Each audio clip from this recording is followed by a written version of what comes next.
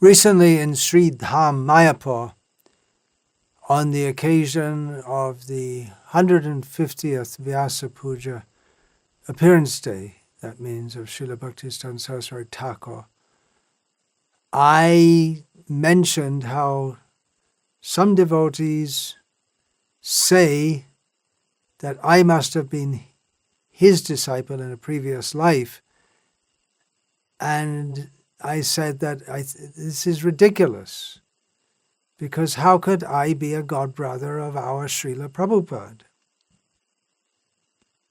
when he's my master, birth after birth? A godbrother wrote me after that, saying that, or requesting that I elucidate on the Guru Tatva in this regard. And he asked me in the email, what do I understand happens when amongst the disciple of Srila Bhaktisiddhanta Saraswati, not all make it in one lifetime and have to take it birth again? Does this mean that Srila Bhaktisiddhanta Saraswati has to again appear personally in another form to deliver them? Does he appear in a dream or vision and guide them to someone? Then he wrote, the whole subject of Godbrother seems a rather shallow one. Is it not possible that one's own initiated disciple could be one's guru from a previous lifetime? The case of Bhagavat Jana Ananda Das and Srila Bhaktisiddhanta Saraswati, for instance. Does the Sadguru appear through other devotees to guide the devotee forward?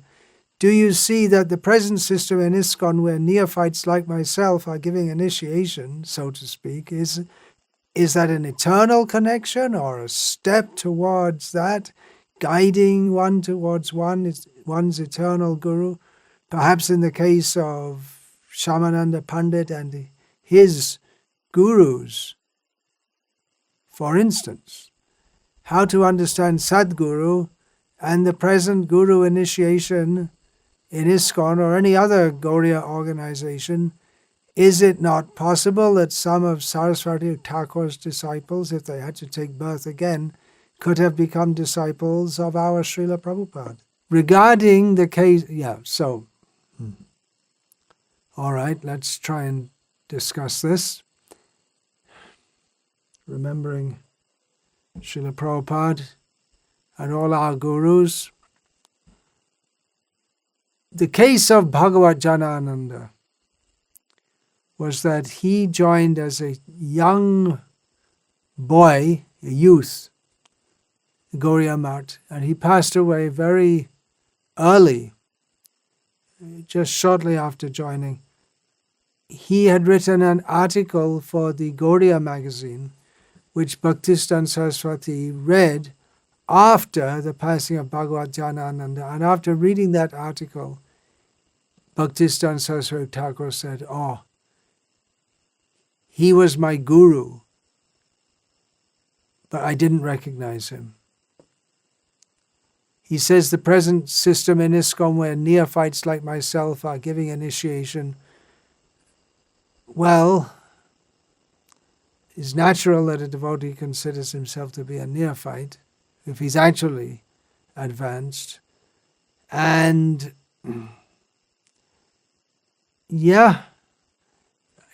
we may say definitely, I know myself, in comparison with Srila Prabhupada, I'm just fortunate to be considered a speck in the dust of his lotus feet. Who am I compared to Srila Prabhupada? But still, his order is there to give initiation. So the question is there, is the initiation that I give or my godbrother gives, is it an eternal connection or a step towards that? And he gives the case of Shyamananda Pandit. Now,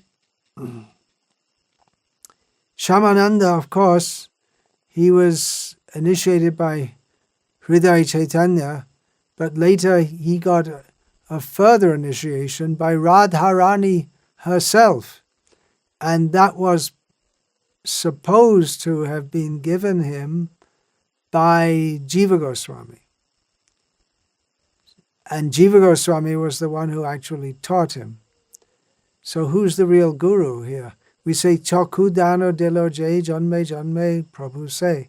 This, of course, comes from Narottam Das's song that we sing daily. Who has given me the eyes? Who has given me eyes, it literally means. He is my Lord, birth after birth. We see in the case of Narottam, Srinivas, and Shyamananda, they were all initiated by different gurus, but their actual training in Gaudiya Siddhanta was all from Jiva Goswami. But this song, Narottam Das sings, Shri Guru Charana Padma Kevala Bhakti Satma, he's specifically singing it to his guru, Lokanath Goswami. He sings Lokanath Lokera Jivan, and throughout Narottam's songs, his many songs, Prem Bhakti Chandrika, this Shri Guru Charana Padma is the first song in Prem Bhakti Chandrika, and in Prarthana, he mentions Lokanath Goswami as his guru, as the one who is leading him to Krishna, or even more specifically to Rupa Manjari. Kabe Lokanath More Shonga Loya Jabe, Shri Rupa Pada Padde More Shamarpibe. He's praying, when will Lokanath, taking me along with him, offer me at the lotus feet of Rupa, which can be understood as Rupa Goswami, Rupa Manjari. So we see in the case of Srinivas, Shyamananda, and Narottam that they all took spiritual guidance intensively from Jiva Goswami, but they still very much identified themselves as the disciples of the guru who gave them initiation. Of course, there may be many gurus. Mantra Guru, Joto, Shikha Guru Gon. At the beginning of Chaitanya Charitamrita, Krishnadas Kaviraj Goswami, whose initiating guru, we don't know who it is, he doesn't mention, but he does mention throughout, he says Mantra Guru, the guru who gives us initiation into the mantra, and the Shikha Gurus, the Shiksha Gurus. There may be many, and he himself, throughout Chaitanya Charitamrita, refers to the six Goswamis as his gurus. In different places he refers to Swarup Damodar and many others as his gurus. But this song, from which we get this line, Janme Janme Prabhu say, that by Narottam Das, he's specifically praying to that one specific guru as he sees as his guru among his many gurus. Srila Prabhupada often quoted Janme Janme Prabhu say, my Lord birth after birth. He stressed the eternality of the guru-disciple relationship. In his purport to Bhagavatam, Canto 6, Chapter 7, Text 21, he writes, Narottam Das Thakur says, Chakudano dilo jai janme janme Prabhu say. The guru gives spiritual insight to the disciple, and therefore the guru should be considered his master life after life. In a letter that Shila Prabhupada wrote in 1976 to Upendra, one of his early disciples and one who personally served Srila Prabhupada, Srila Prabhupada wrote, as to your question concerning whether relationships between devotees are eternal, the answer is yes. This is confirmed by Sri Narottam Das Thakur, Chaku Dano Deloje, Janme Janme Prabhu say. He is my Lord, birth after birth. So this gives the idea relationships between devotees are eternal. This gives the idea that the disciples of a guru, they all are under him eternally, which means their relationships with each other are also eternal. Vishvanath Chakravarti Thakur, in his commentary on Prem Bhakti Chandrika, says that the words Janme Janme Prabhu means that the spiritual master is able to remove the coverings of nescience of the living entities born in this material world, Chokudan, that refers to, and he is also able to engage the living entities in the loving service of Sri Govinda, the transcendental cowherd boy of Brajamandala, which is beyond the realm of Maya. So, in this material world, everything is temporary. Who gives the spiritual knowledge or the eyesight to see one's eternal relationship with Krishna, then because he gives entry into the eternal world, and the Guru's also eternal. This is what I'm extrapolating on what Vishvanath Chakravarti says. Therefore, Vishwanath says, whether one is in the practicing stage of sadhana or in the perfected stage, siddha vastu siddhi, the spiritual master is always one's worshipable Lord. In this regard, I'll give a few anecdotes of Bhaktisiddhanta Saraswati Thakur. A man once came to him claiming to have been his disciple in a previous life, but then he had to take the form as a Brahma Rakshasa, as a punishment for having kicked a woman devotee. And this man said that now I'm freed from that sinful reaction and again possessing a human body, but I can't find that devotee who he had offended to beg forgiveness. So he was requesting Srila Bhaktisiddhanta Saraswati to excuse him on her behalf. Srila Bhaktisiddhanta Saraswati did so and initiated him as Brahmanya Dev Das. So Bhaktisiddhanta Saraswati initiated him. He was a devotee in a previous life. He had some memory of his previous life, of the offense he'd committed, but he didn't say that I was your disciple in a previous life. Once Bhaktisiddhanta Saraswati, he was present with many other devotees present, and Sadananda, who was a disciple, a relative newcomer, he'd come from Germany, he said, Bhaktisiddhanta Saraswati said to Sadananda, you and I have been together throughout eternity, which amazed Sadananda and amazed the other devotees present also, because Bhaktisiddhanta Saraswati didn't say that to others, he said it to him. I certainly feel an eternal connection with Srila Prabhupada. I have that hope that I'm going to see Prabhupada at the end of this life. Seeing Krishna, I don't know. But seeing Prabhupada, that I'm looking forward to, if he'll be so kind to again admit me in his presence. Shila Prabhupada said, speaking in Vrindavan in 1977, that the spiritual master who has opened the eyes, he is the life of the disciple. And then Prabhupada quoted, Chokudano Deloje, Janme Janme Prabhu se. Srila Prabhupada continued, nobody can repay the indebtedness of this to the spiritual master, even by getting a duration of life like Brahma. And that Prabhupada is alluding to a statement of Uddhava's.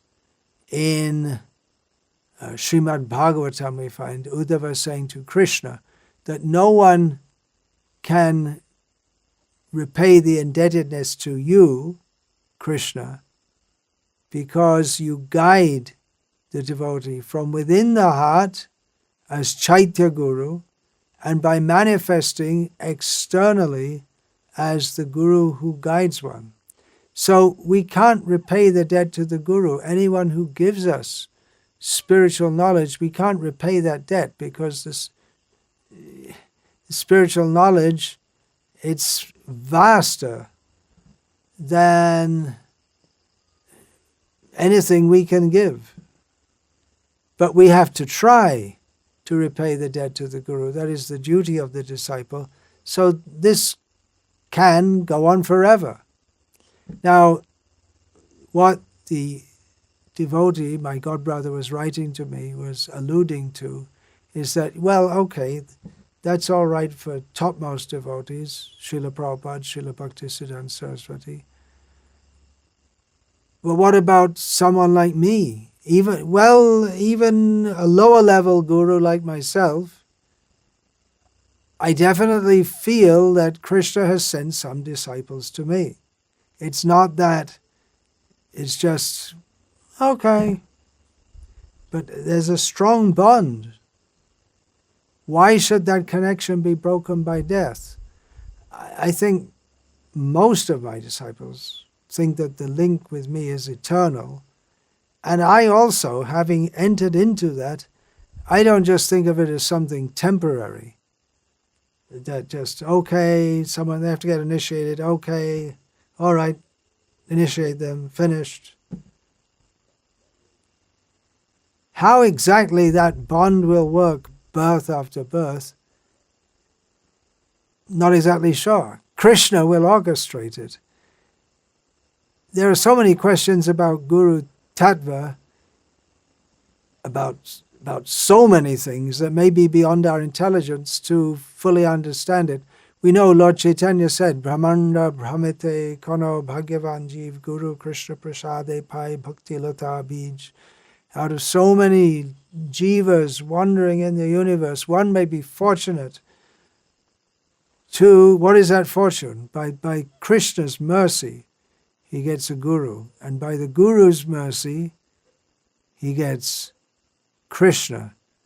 Chaitanya Mahaprabhu also says, well, Chaitanya Charitamrita says, Krishnadas Kaviraj says, Guru Krishna Ruphan Shastra Pramane Guru Rupe Krishna Kripa Karen Bhaktagane. He says that the Guru is the manifestation of Krishna. This is stated in Shastra, again that verse from Uddhava. And in the form of the Guru, Krishna gives mercy to the devotees. Jojapi ama Guru Chaitanya Radas Tatapi Janayotaha Chaitanya Prakash. I know that my Guru is a manifestation of Chaitanya Mahaprabhu. But at the same time, I know he's a servant of Chaitanya Mahaprabhu. So these are inexplicable subjects. The Guru acts as a representative of Krishna, and Krishna is manifest as the Guru, means it's actually Krishna who comes life after life. Exactly how he manages all of this is a logic which may be beyond our conception. Okay, say I was a disciple of Bhaktisiddhanta Saraswati in my last life, theoretically speaking, but I didn't make it back to Godhead. Then the normal course is that you go up to the heavenly worlds. Shila Prabhupada wrote this about Jayananda Prabhu. He said, either you went directly back to Godhead after Jayananda Prabhu passed away. Prabhupada wrote that either he wrote a letter to Jayananda after Jayananda Prabhu's passing, either you went directly back to Godhead, or if you had any little remnant of material desire, that means you must have gone to the heavenly worlds and you'll enjoy there for a long time and then come again. So there could be a huge time gap before coming again. Of course, Krishna can make a huge time gap pass just in a second, as he did with the Rasa Leela dancing. It was one night on earth, but a night of Lord Brahma for those who were participating, namely Krishna and the gopis. Every case isn't going to be the same, but to say that in my last life I was on this planet as a disciple of Bhaktisiddhanta Saraswati, even to say I was in this universe, on this planet or in this universe, we don't know. We do know that it's Krishna who orchestrates us to get a guru. And Krishna himself is the original guru of everyone. It's Krishna who arranges that once we get on the path to him, he arranges for us to come to him. He's all attractive and he attracts us, brings us to him. It may take many, many lives. We may go astray. We may, due to offense, become a Brahma Rakshasa for who knows how long. Whether he manifests as the same jiva as our guru in each life, we don't know. Anything is possible. Even if we were to join Shila Prabhupada in the next life, wherever he may be, would he be exactly in the same form? Is there another New York City somewhere else in another universe, and Srila Prabhupada goes there on a steamship? The details are going to be different. Just like Krishna spoke Bhagavad Gita to Arjuna. He said, I spoke this knowledge a long time ago. I spoke this Bhagavad Gita a long time ago to Vivasvan. But the verses wouldn't be exactly the same. For instance, Krishna, when he spoke to Vivasvan, he wouldn't say, Imang Vivasvate Yogam Proktavana Ham Avyayam. He wouldn't say that I spoke this long ago to Vivasvan. And he wouldn't say, Rasoham Apsu Kaunteya. O Kaunteya, Arjuna, I am the taste in water. He wouldn't say that because he's speaking to Vivasvan. So the verses are going to be different. And the whole context that he's speaking Bhagavad Gita to incite Arjuna to fight, that's not going to be there. So Krishna spoke the same basic knowledge to Vivasvan, but the verses exactly in the Bhagavad Gita, even though we accept them as canonical, they're not necessarily going to be the same. Some of them may be. Dehinosmin yatha dehe komarang yovanang jara tata dehantara prapti dhirastatra namuhyati. So this verse, it may be exactly the same when Krishna spoke to Vivasvan, because it's beyond the context that he's speaking to Arjuna. Some verses may be different. Anyway, how does he appear as our guru in another life? Well, Krishna can do anything. What to speak of Krishna manifesting himself in different forms, even Krishna empowers various demigods to have angshas or parts of themselves or representations of themselves that are present in different parts of the universe. So if Krishna wants, he can empower any particular jiva to be simultaneously in the spiritual world and in the material world, serving him in the material world. What about myself with my disciples? My disciples are inspired by me. That's what they tell me. But do I think of them? Yes, you were with me in a previous life. Do I remember my previous life? No. What we do know is that Krishna sends a guru to an individual to help that person who is sincere to attain Krishna. And that's how my gurus see me. How my disciples see me. Brahmanda Brahmate Kono Bhagavan Jeev Guru Krishna Prasade Pai Bhakti Lata Bij.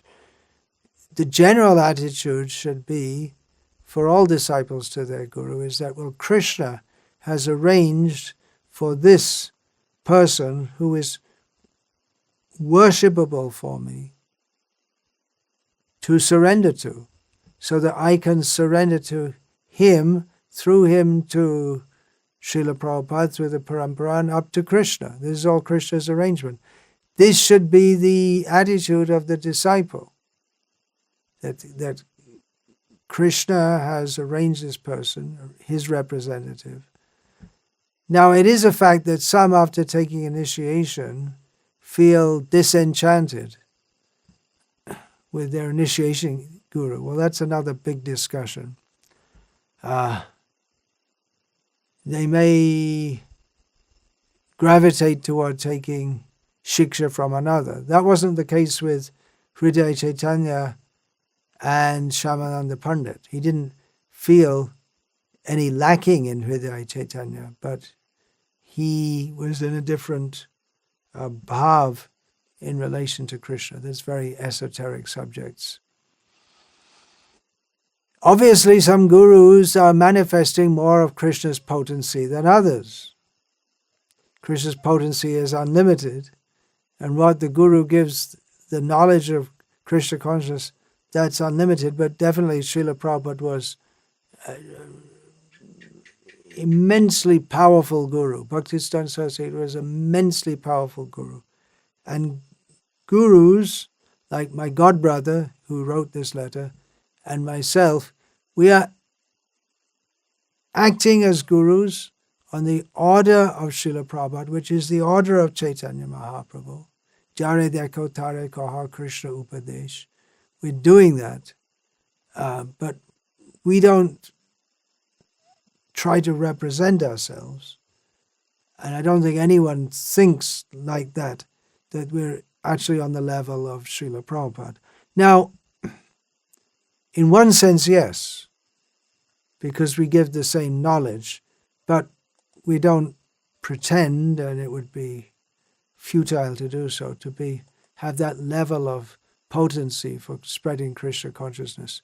Now, then some may say, well, I came to Krishna consciousness by reading Srila Prabhupada's books, and there are so many gurus, and I took one guru, but it's Prabhupada who gave me the eyes of spiritual knowledge, Chakku Dana Diloje. That's what some who get initiated within ISKCON say. They go off to Ritvikism. Okay, it's a fact. We all study Prabhupada's books. But to enter into the life of devotional service, to guide us how to use our beads, how to bow down, what mantras to say, to explain further, to help resolve doubts. There are others who help and guide us.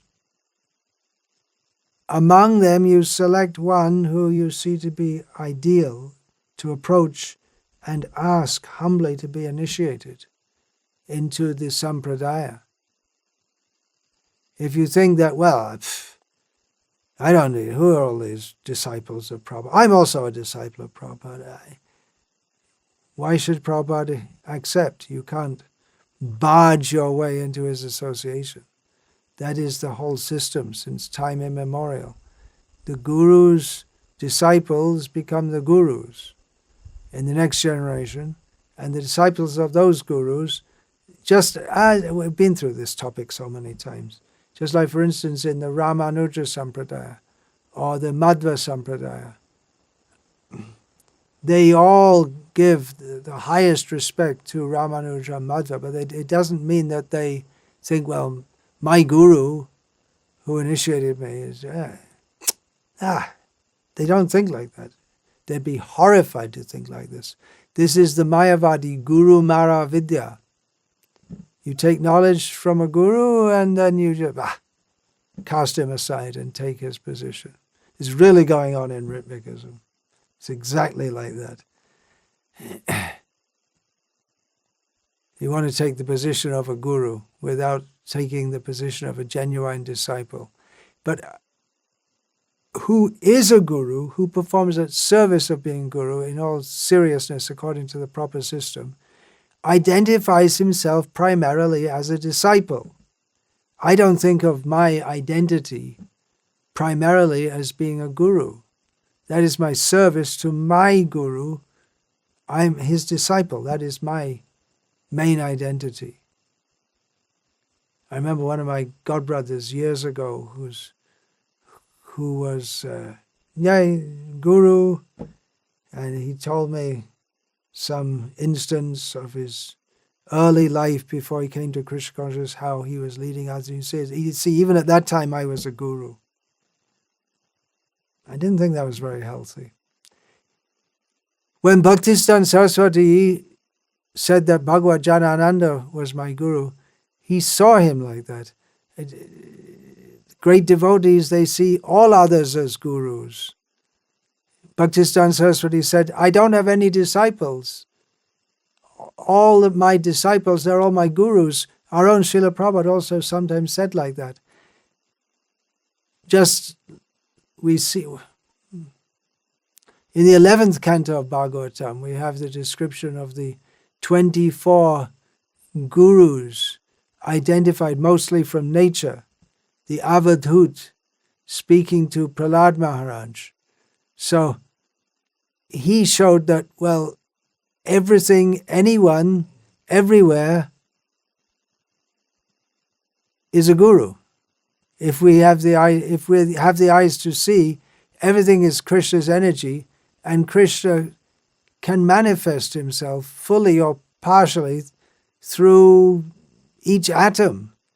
If we are open to it, we can find Krishna teaching us everywhere and everything.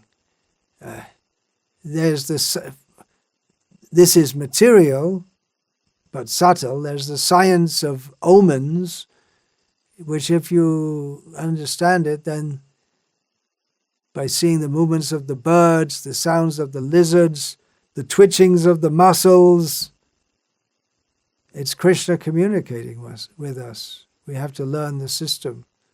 Or the 24 gurus from nature we see. Prabhupada also, he would often point at something. What is the meaning of this? There's a lot of bird stool under one branch of a tree. Prabhupada said, what is the meaning of this? And devotees looking at the bird stool are wondering if it's the positioning of the bird stool. Maybe there's some kind of mystical message in it. Just like there's one kind of divination by seeing the position of the tea leaves. Anyway, Prabhupada said that it means that the birds come to the same branch every day. Even the birds are attached to what they consider to be their home. So Prabhupada saw a lesson in bird stool. Krishna, as guru in his heart, communicated with Srila Prabhupada that way, and he communicated it to us. So gurus are everywhere, but there is a particular form that we need to take shelter of at a particular time. Our guru may manifest in so many different ways. After the passing of Bhaktisiddhanta Saraswati Thakur, Srila Prabhupada was publishing his Back to Godhead magazine when a librarian in Delhi advised him to write books rather than magazines, because books last. People just throw away magazines, and people tend to take books more seriously. And Srila Prabhupada took it that his guru was speaking through that librarian. Not that the librarian thought, now Bhaktisiddhanta Saraswati has entered my heart and I'm speaking, but it's Krishna manifesting as Paramatma in the heart, or manifesting the words of his guru. He's manifesting. The guru is the external representative of the Paramatma, and the Paramatma is present in the heart of all living beings. So Krishna, who we see speaking to us through our guru, that Bhaktisiddhanta Saraswati, not personally present, but Prabhupada saw him, he's speaking through this librarian. Bhaktisiddhanta Saraswati said that it is necessary to keep the mind fully open to be enabled to recognize the agent of the Absolute, under whatever external form he may choose to manifest his appearance to our erring vision. We have to be open to see that our Guru is there. Librarian, okay, what about a prostitute? Bilva Mangal Thakur saw the prostitute Chintamani as his Guru, and it's not just that she said that, and then, okay, and I'll go off and go to Vrindavan, but he remained grateful so that he put that in his composition, Krishna Karnamrita. He offered his respects to Chintamani for putting him on the right path.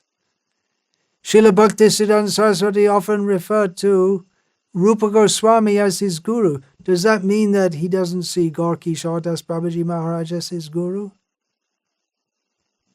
Practically, there were two main gurus for Bhaktisiddhanta Saraswati, Rupa Goswami and Bhaktivinoda Thakur. But he often referred to Rupa Goswami as his guru. So when we say, my guru birth after birth, well, we have Prabhupada is our guru, Rupa Goswami is our guru. We have so many eternal gurus. But this song in which we say, Chakudan Dilo Jai Janme Janme Prabhu say, it's addressed in the singular. It's addressed specifically, Narottam Das was praying to Lokanath Goswami. And when we sing it before Prabhupada, we're all addressing it specifically to Prabhupada. So having many gurus, it doesn't discount that one in particular who we particularly take shelter of. I just said Bhaktisiddhanta Saraswati had two main gurus in his life, Bhaktivinoda Thakur and Gorky Shordas Babaji Maharaj. So he took them both extremely seriously. Generally one. Narottam himself took Lokanath took Lokanath as the main one, but it's not that he didn't take Jiva Goswami very seriously. Spiritual relationship what we're looking at, the crux of the matter is the relationship between the guru and the disciple, even you could say a lesser guru like myself, although the disciple shouldn't think of a lesser guru. Is it eternal? Well, is it spiritual? If it's spiritual, it's got to be eternal. Nasato vidyate bhavo, na bhavo vidyate sataha.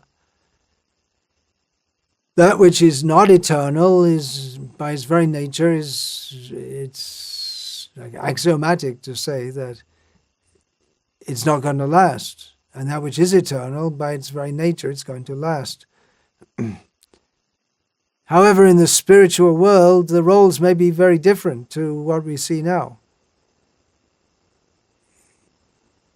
In the spiritual world, I'm confident of at some point attaining that by the grace of Shila Prabhupada.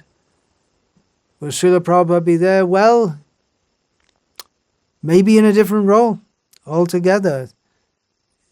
It's not that Shila Prabhupada is going to be dressed as a sannyasi, but still there are superiors in this and juniors in the spiritual world, and a whole hierarchy. There are Radha and Krishna, and then there are the immediate Sakhi assistants of Radharani, and then there are assistants of the Sakhis and assistants of the assistants.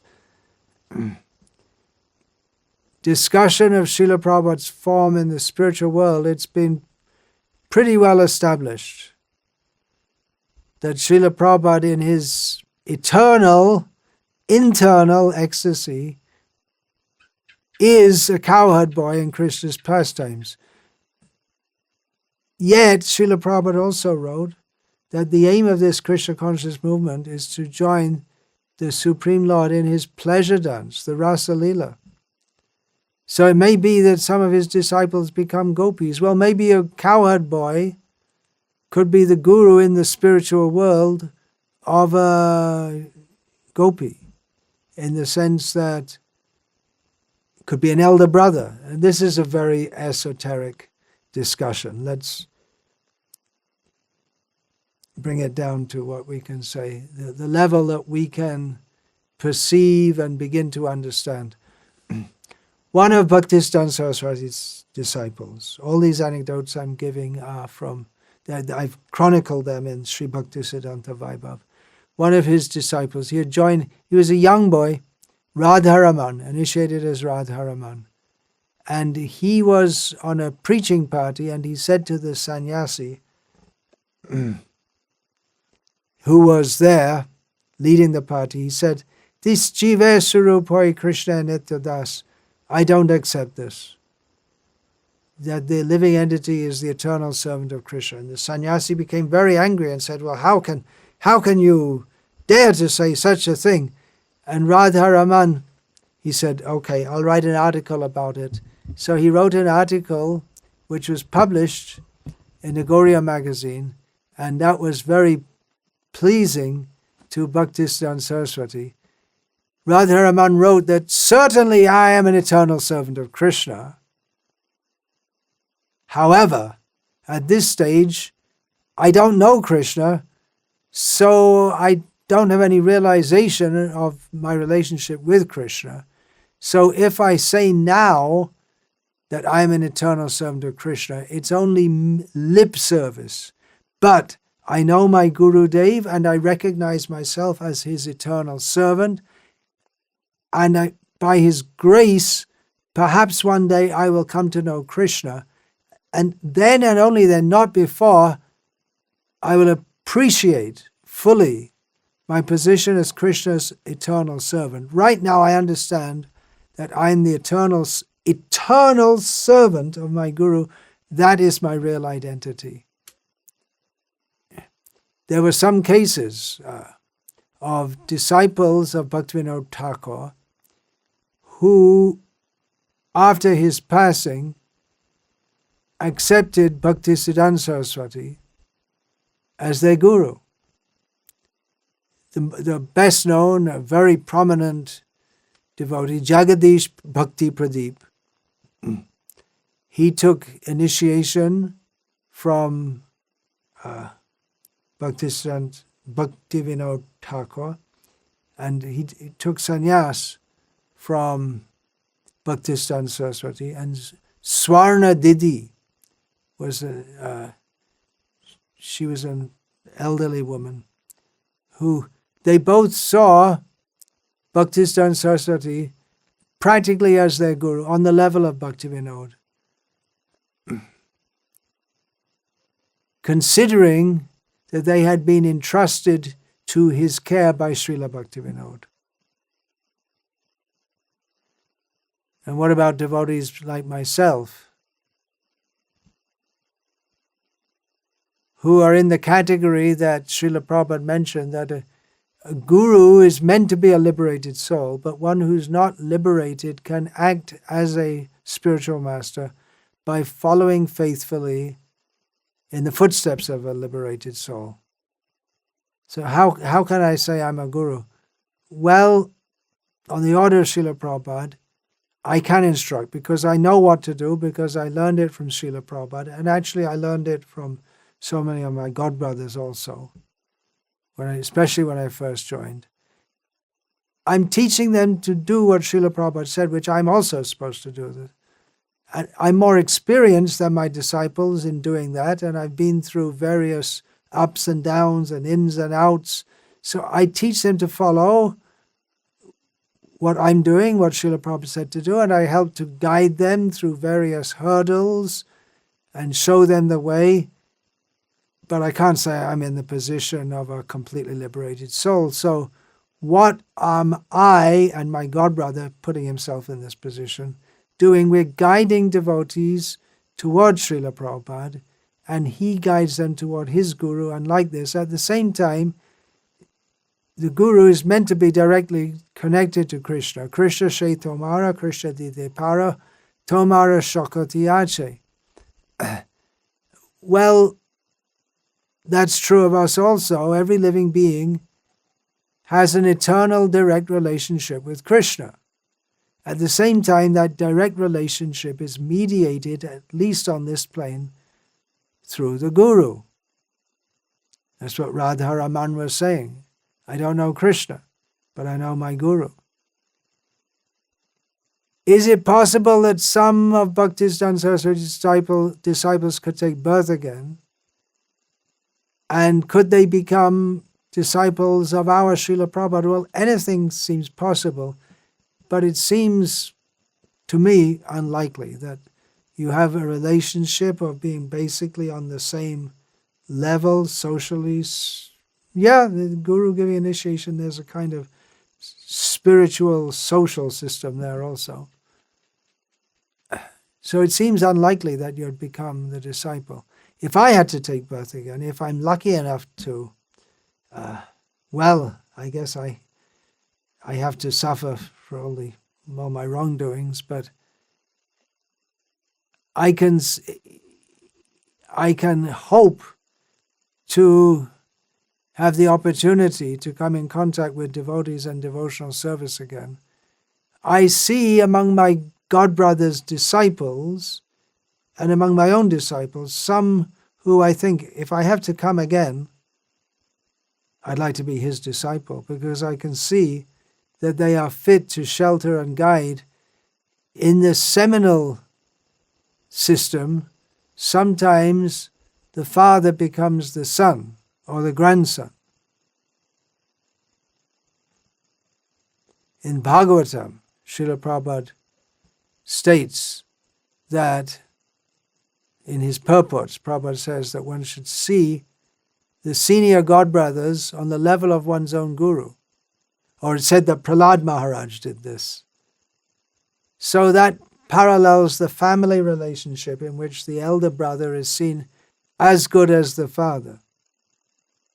That's the ideal, like Lakshman related to Rama. That's the ideal.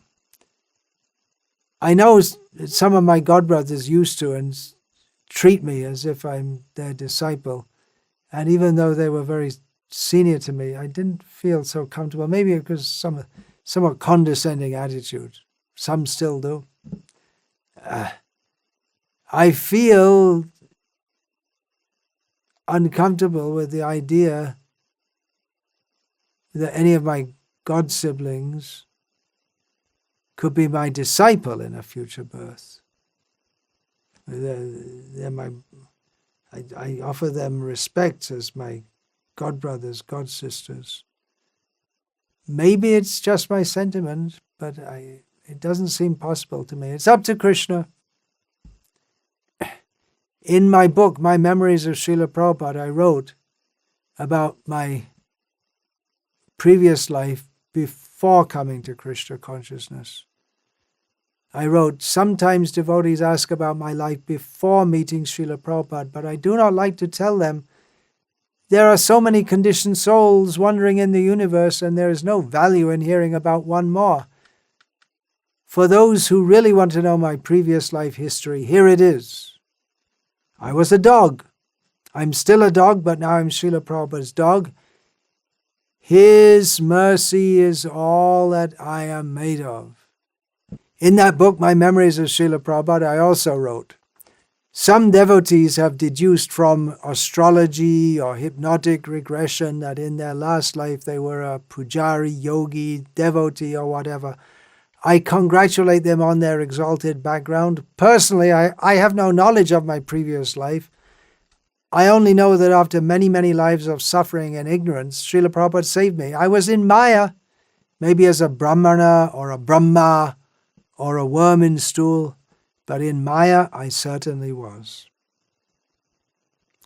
From another book I wrote called Jai Srila Prabhupada, addressing Srila Prabhupada, I wrote, I was a street dog, you a Vaishnava aristocrat. What did you have to do with me? But you picked me up.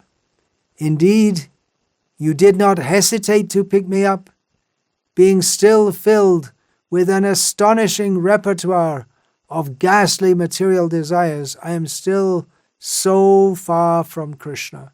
I know that my lack of advancement in Krishna consciousness cannot be very pleasing to you, but still I am not despondent because I have got you. Now I am a dog with a master. Sanata jivitam. So reflecting on this, if at all I was anything in my previous life except a dog, now we're going back to my previous birth. Maybe I was a Bengali villager who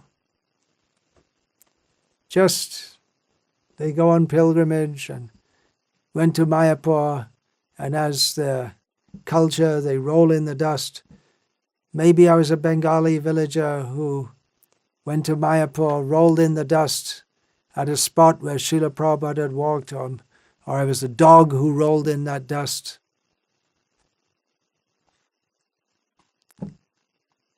One thing is, considering all this,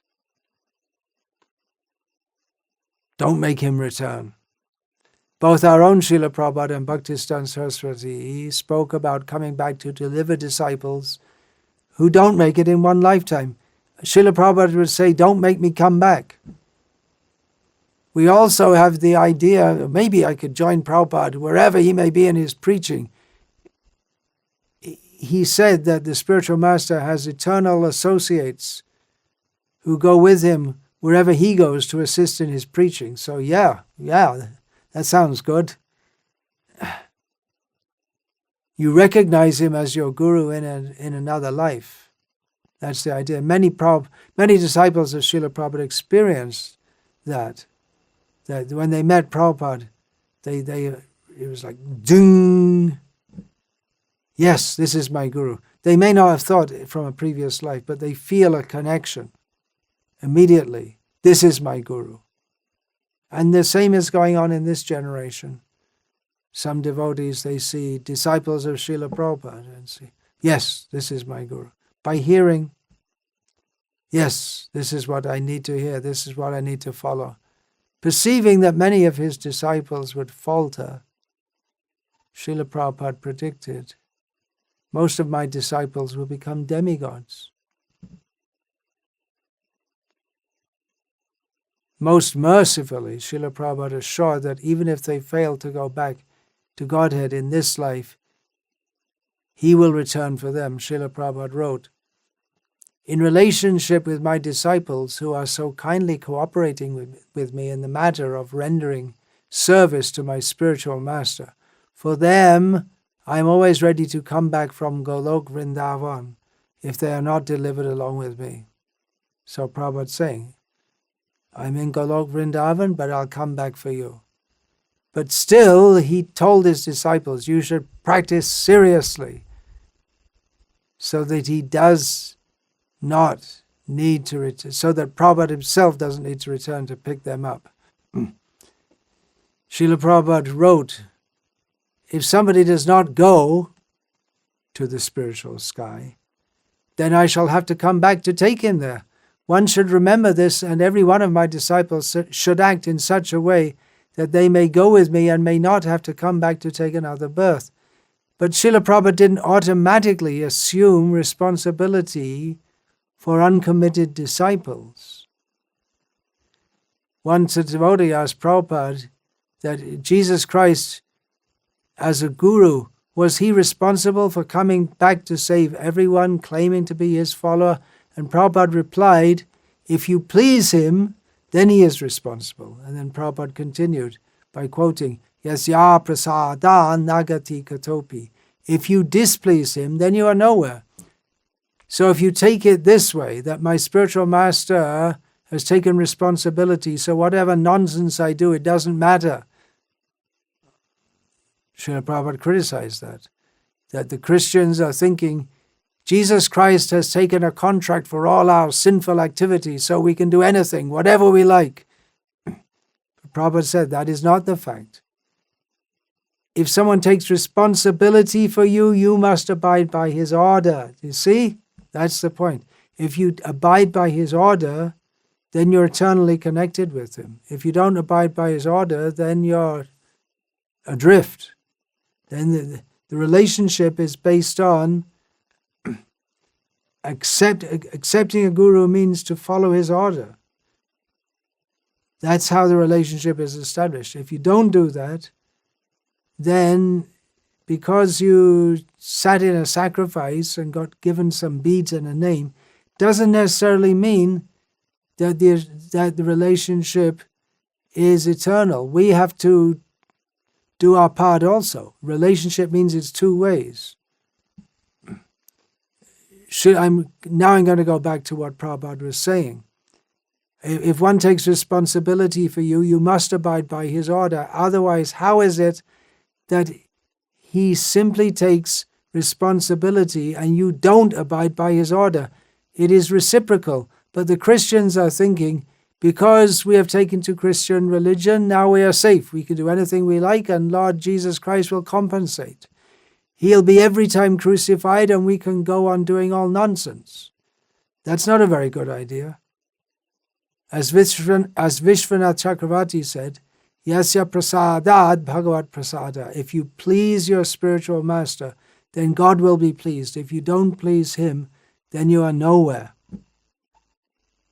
Once a disciple asked about this, in the Guru Puja song we sing, "You are my spiritual master, life after life."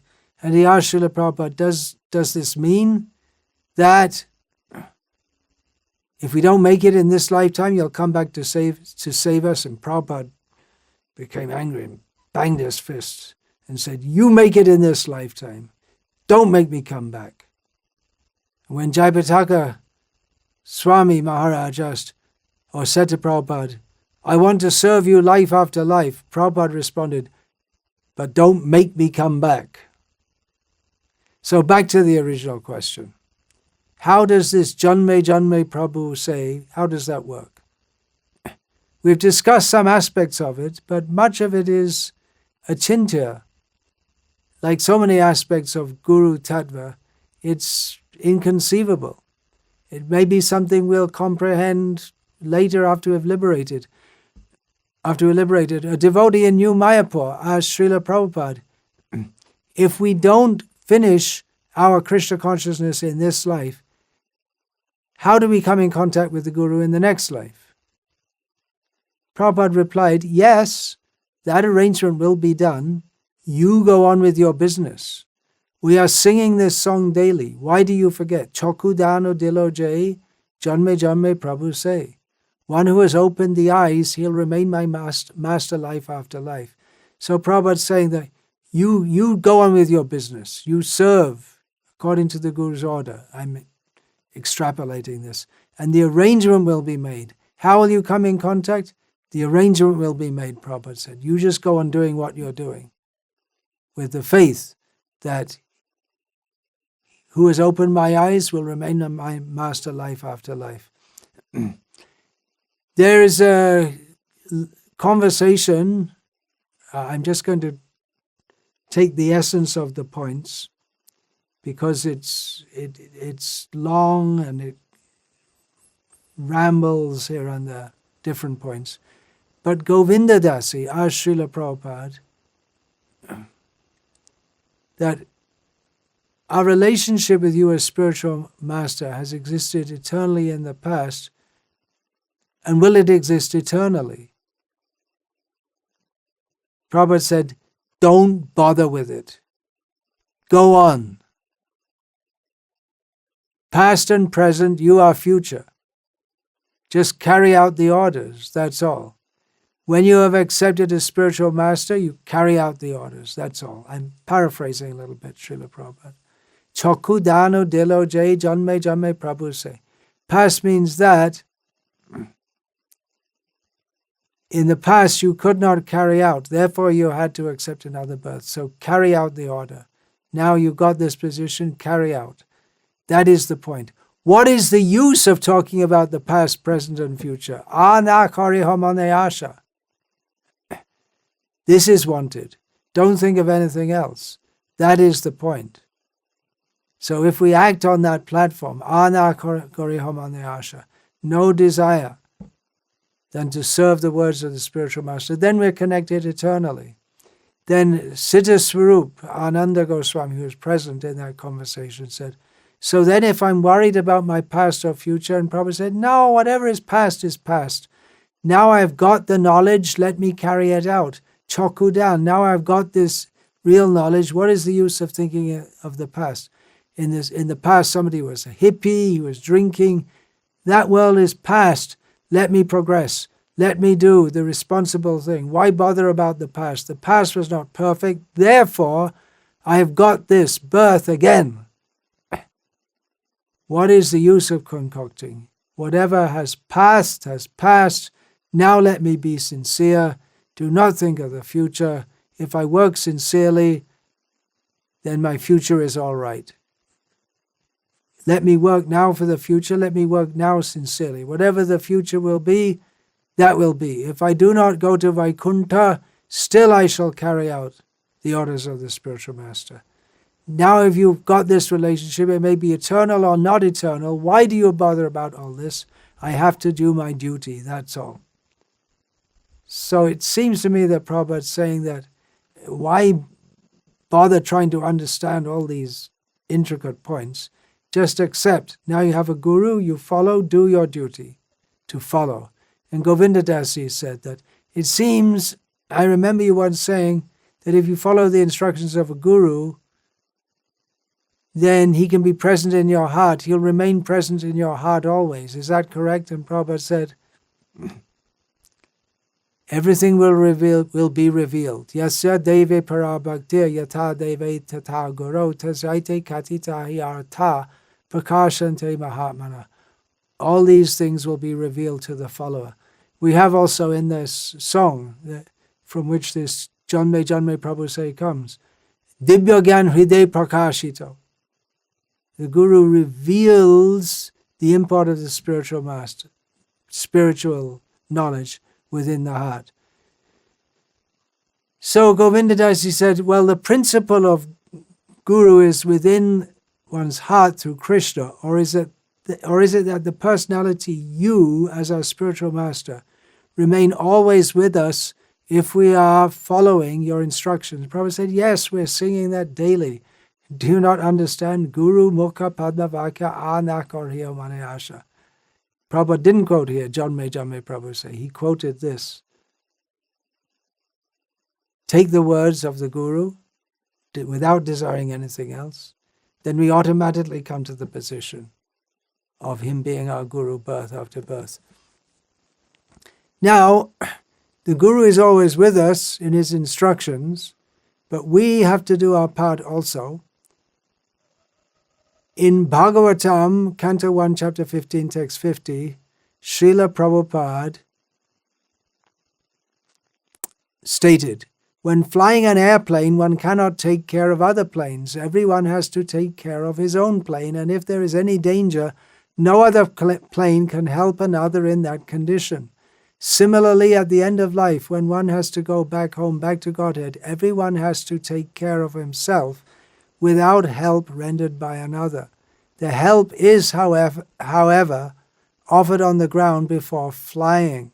Similarly, the spiritual master, the father, the mother, the relatives, the husband, and others can all render help during one's lifetime, teaching one how to cross the ocean of birth and death. But while crossing the sea, one has to take care of himself and utilize the instructions formerly received. So in this statement, Srila Prabhupada is putting very much emphasis on our own responsibility, that we get the knowledge, and the Guru is ready to continue giving us that knowledge eternally, but we have to apply it ourselves.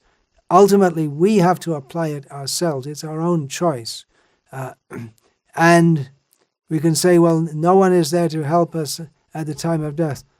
Well, Srila Prabhupada may kindly manifest in our minds, but here Srila Prabhupada is giving the warning that we have to take it up ourselves. Take the training, take the instructions. We have to do it ourselves. So, is it possible that I could be a godbrother of Shila Prabhupada in a previous life? Does it mean that Bhaktisiddhanta Saraswati has to again personally appear in another form to deliver them? Does he appear in a dream or vision and guide them to someone? This dream and vision stuff, Prabhupada, he didn't very much like that. He wasn't... Actually, there are many, many instances of devotees having dreams of Srila Prabhupada. But Srila Prabhupada, he didn't emphasize that. He emphasized, hear the instructions. Srila Prabhupada, he de-emphasized the mystical aspects and emphasized the practical aspects.